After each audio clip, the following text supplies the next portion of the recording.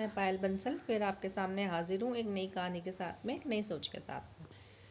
गुड़ से ज़्यादा मीठे ना बने, नीम से ज़्यादा कड़वे ना बने, और किसी के साथ इतना ना मिले कि हद ही पार हो जाए। तो आइए देखते हैं इस कहानी में क्या होता है। एक लड़की रहती है, उसकी शादी होती है, वो ससुराल में एडजस्ट करने की कोशिश करती है, फिर भी एडजस्ट नहीं हो पाती है।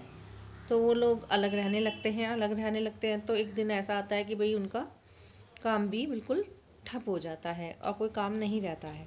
ऐसे में उनकी मुलाकात एक इंसान से होती है जो उनको ये उम्मीद दिलाता है कि भाई वो काम भी करवाएगा और उनकी लाइफ में जो भी प्रॉब्लम्स है उनको सॉर्ट आउट कराने में हेल्प करेगा।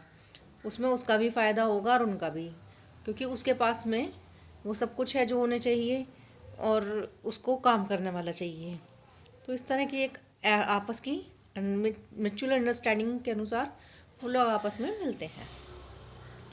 उनका एक पारिवारिक संबंध भी अच्छा बन जाता है, खूब आना जाना हो जाता है, काम भी ठीक चलने लगता है। लेकिन उन्होंने कहा था कि हम काम करेंगे, तो वैसा तो नहीं होता है लेकिन चलने लगता है। और वो उसके जो लड़की होती है उसके हस्बैंड को जिस चीज़ की नॉलेज होती है वो उसके अकॉर्डिंग वो काम शुरू कर लेते हैं और उसके हस्बैंड को भी माल देते हैं और अपने आप भी स्टैंड होने लगते हैं। और वो लड़की उनके यहाँ पर सब कुछ, उनके घर में सब कुछ करने लगती है, अच्छे से रहती है, उनके यहाँ चली जाती है। कोई काम होता है, जैसे वो कहते हैं कि भाई आज ये काम है, वो अकेले कैसे करेगी, या कि ये प्रॉब्लम है या वो प्रॉब्लम है, वो पूरी हेल्प करती जी जान से। चाहे वो घर का कोई भी काम होता उसे बेझिझक हो करके उनके यहाँ पर करती। वो अगर उनके लिए कुछ कर रहे थे तो वो भी अपनी पूरी हेल्प से उनके साथ में लगी हुई थी, हेल्प करने के लिए कि भाई वो हमारे को सपोर्ट करने हैं तो हमसे भी जो बन पड़ सकता है हम भी करें। लेकिन बीच में फिर आपस में मतभेद आने लगते हैं और जो काम उन्होंने उसके हस्बैंड के लिए शुरू किया होता है उसमें वो कहते हैं कि अच्छा चलो हम मिलके काम करेंगे अब प्रॉपरली, लेकिन तुम एक भी उस प्रोडक्ट को जहाँ भी बेचोगे वो मुझे बताओगे और उसका जो भी प्रॉफिट होगा वो आधा आधा होगा। तो उसके अगेंस्ट जब वो ये कहता है कि ठीक है मुझे ये बात मंजूर है, लेकिन फैक्ट्री के अंदर जो भी माल बनेगा उसमें जो भी एक भी पीस जाएगा तो उसमें भी प्रोडक्ट आधा, जो भी जाएगा प्रोडक्ट उसका प्रॉफिट आधा आधा होगा, तो इसके लिए वो तैयार नहीं होते। तो इस बात की मिसअंडरस्टैंडिंग हो जाती है, आपस में कटाव सा आ जाता है और वो लोग अलग अलग हो जाते हैं।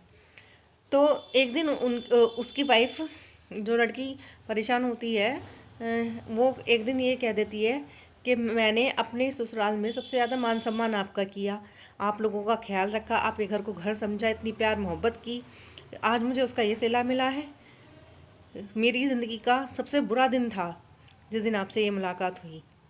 इस तरह की वो बातें उनसे कहती है, उस शख्स से कहती है, उस इंसान से कहती है। अब ये बात उसने कह दी होती है तो वो उसको सुन तो लेते हैं और लेकिन अनसुना सा कर देते हैं। कहते हैं कि भाई मेरे घर में इस तरह काम को लेकर के बात नहीं चल पाई, मुझे इसलिए कहना पड़ा। लेकिन वो कहती है कि आप कहाँ तो मेरा इतना आना जाना था, सब चीज़ों में मुझे पूछा जाता था, आपके घर वाले भी मुझे समझते थे, अब ऐसी क्या बात हो गई, आपने तो मेरे मान सम्मान प्यार मोहब्बत सबको बेकार कर दिया। और मैं आज फिर से कहती हूँ आपसे कि मेरी ज़िंदगी का बहुत बुरा दिन था जिस दिन आपसे मुलाकात हुई। ये कह कर के वो लड़की वहाँ से चली जाती है। वो लोग काफ़ी दूर चले जाते हैं उनसे और कोई किसी से नहीं मिलता है, जबकि बहुत ज़्यादा आना जाना हो जाता है। लेकिन जब दूर हो जाते हैं तो फिर एक दूसरे की शक्ल देखना भी पसंद नहीं करते हैं। तो इस कहानी को कहने का मतलब यही है कि आप अगर किसी शख्स से या किसी इंसान से मिलते हैं तो उसे इतना ना मिलिए कि गुड़ से ज़्यादा मीठे और नीम से ज़्यादा कड़वे। इस रिलेशनशिप में यही हुआ कि जब मिलना हुआ और जब तक मिलते रहे तो इतने ज़्यादा मिलते रहे कि एक थाली में दोनों रोटी खा लें, और जब कटाव हुआ तो इतना हो गया कि एक दूसरे की शक्ल ना देखें। तो इस तरह से ना करें, बहुत दुख होता है, दर्द होता है। अगर आपको मेरी बात समझ में आई हो तो प्लीज़ लाइक शेयर कमेंट कीजिएगा। धन्यवाद।